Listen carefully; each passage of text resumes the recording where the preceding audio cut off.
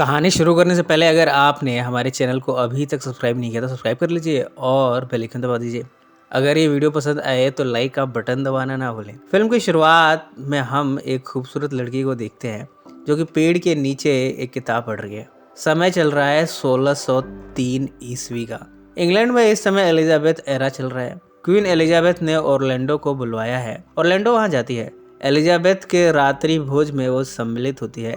बाद में Elizabeth Orlando को अलग ले जाती है। ऑरलैंडो एलिजाबेथ की देखरेख बड़े अच्छे से करती है। रात को एलिजाबेथ ऑरलैंडो के पैर में एक लेटर रखती है। वो उसे बताती है कि अब मैं मरने वाली हूँ। कुछ स्टेट एलिजाबेथ ने ऑरलैंडो को दिया है। उसने कहा है कि ऑरलैंडो एक खुशहाल जिंदगी जी पाएगी। एलिजाबेथ ने अपनी सारी प्रॉपर्टी कुछ और भी उत्तराधिकारियों में बांट दी है। ऑरलैंडो और दूसरे उत्तराधिकारियों को लैंड की देखरेख की जिम्मेदारी सौंप दी गई है। पर एलिजाबेथ ने ऑरलैंडो से कहा है, कभी बूढ़ी मत होना, हमेशा ऐसे ही रहना। ऑरलैंडो का शरीर लड़की का है पर उसके अंदर मर्दों की भावनाएं हैं। उसे यहाँ मर्दों की तरह ही ट्रीट किया जाता है। तभी तो एलिजाबेथ ने उसे अपना उत्तराधिकारी नियुक्त करते हुए अपनी स्टेट को दिया है। ऑरलैंडो भी खुद को मर्द ही मानती है। इस तरह एलिजाबेथ की डेथ हो गई। ऑरलैंडो एलिजाबेथ के फ्यूनरल में काफ़ी इमोशनल होती है। ऑरलैंडो ने एलिजाबेथ से मिली विरासत को संभालना शुरू किया।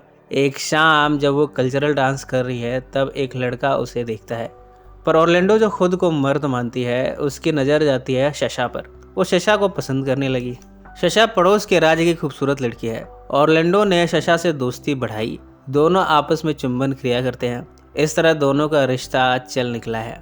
पर एलिजाबेथ के कहे अनुसार ऑरलैंडो हमेशा ऐसे ही रहेगी। सदियां गुजरती रहेंगी और ऑरलैंडो हमेशा यंग बनी रहेगी। कहानी कुछ चल कर आगे जाती है। शशा से ऑरलैंडो का रिश्ता टूट गया है। शशा की किसी लड़के से शादी कर दी गई। ऑरलैंडो अपने भाई से मिलती है। रिश्ते में जेम्स ऑरलैंडो का कजन ब्रदर है।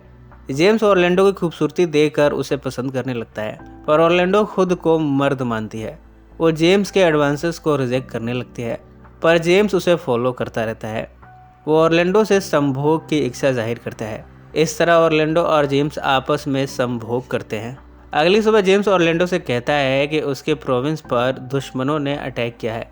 उसे ऑरलैंडो के हेल्प की ज़रूरत है। ऑरलैंडो इस समय काफ़ी कन्फ्यूज़न में है। वैसे भी उसके पास इतनी पावर नहीं है। रात को जेम्स की आर्मी दुश्मनों से लड़ती है। एक सोल्जर जो कि मर चुका है उसे देखकर ऑरलैंडो यहाँ से चली जाती है। कहानी 100 साल आगे आती है, यानी 1700 ईस्वी आ गई। ऑरलैंडो के समय के लोग अब नहीं हैं, पर ऑरलैंडो बिल्कुल वैसी ही है। वो ट्रैवल करते हुए ओटोमान एम्पायर जाती है। यहाँ जब वो है तब वो खुद को मिरर में देखती है। वो देखती है कि उसके अंग औरतों के हैं। ऐसे में वो खुद को औरत भी मानने लगी है। उस पर इस एम्पायर में एक अटैक होता है पर वो सरवाइव कर जाती है। यहाँ इस एम्पायर का किंग ऑरलैंडो को प्रपोज करता है। वो उसे शादी की इच्छा जाहिर करता है। ऑरलैंडो इससे इनकार कर देती है। वो यहाँ गार्डन में भागती है।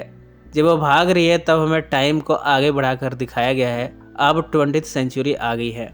ऑरलैंडो जब यहाँ गिर जाती है तब एक प्रिंस जो कि घोड़े पर बैठा है यहाँ से गुजरता है। वो आकर ऑरलैंडो को सहारा देता है। इसका नाम सेल्मरडीन है। सेल्मरडीन को साथ लेकर ऑरलैंडो उसे अपने स्टेट में लाती है। वो उसकी देखरेख करती है। सेल्मरडीन ऑरलैंडो से अपने प्यार का इजहार करता है। ऑरलैंडो उसे नहीं बताती कि पहले वो मर्द थी, पर धीरे धीरे उसने अपने अंदर से भी औरत होना स्वीकार कर लिया। वो ये भी नहीं बताती है कि वो 200 सालों से जिंदा है। दोनों यहाँ निर्वस्त्र होकर आपस में धुआंधार संभोग करते हैं। ऑरलैंडो को जब संभोग का सुख मिला है तब उसे रियलाइज़ हुआ है कि वास्तव में वो एक औरत ही है। नेचर ने उसे लड़की ही बनाया है। अब वो सेल्मरडीन के साथ अपना फ्यूचर देख रही है। अगली सुबह ऑरलैंडो को खबर दी गई है कि जो विरासत उसे मिली है अब वो उसे ओन नहीं कर पाएगी। अब वो पूरी तरह औरत बन चुकी है और एक औरत को ये विरासतें नहीं मिल सकती। सेल्मरडीन ऑरलैंडो से अपने साथ चलने को कहता है। वो कहता है कि मेरा स्टेट काफ़ी बड़ा है, तुम आकर मुझसे शादी करके वहाँ रानी बनकर रह सकती हो। पर ये सब ऑरलैंडो के सेल्फ स्टीम को ठेस पहुँचा रहा है। वो जाने से इनकार कर देती है। सेल्मरडीन एक अंतिम प्रयास भी करता है पर ऑरलैंडो ने ये नहीं जाने का मन बना लिया है। अंत में दोनों एक दूसरे को गुड बाय बोलते हैं।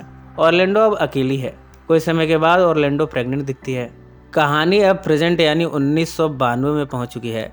ऑरलैंडो ने एक डॉटर को जन्म दिया है। ऑर्लैंडो उसकी बड़े अच्छे से देखरेख करती है। धीरे धीरे उसकी डॉटर बड़ी हो गई है। वो यहाँ खुले आकाश में नेचर को एंजॉय कर रही है, जबकि ऑर्लैंडो पेड़ के नीचे लेटी हुई है। आसमान में वो एंजल को देखती है। वो कब तक जिएगी उसे नहीं मालूम। वो कभी बूढ़ी होगी भी या वो ऐसे ही रहने वाली है, इस बारे में भी उसे कोई जानकारी नहीं है। पर अपनी डॉटर को देखकर उसे बड़ी शांति मिलती है। फिल्म के एंड में उसकी आंखों में इमोशन दिखता है और ये फिल्म यहीं समाप्त हो जाती है। सो फ्रेंड्स, फिर मिलेंगे ज़िंदगी के किसी नए मोड़ पर।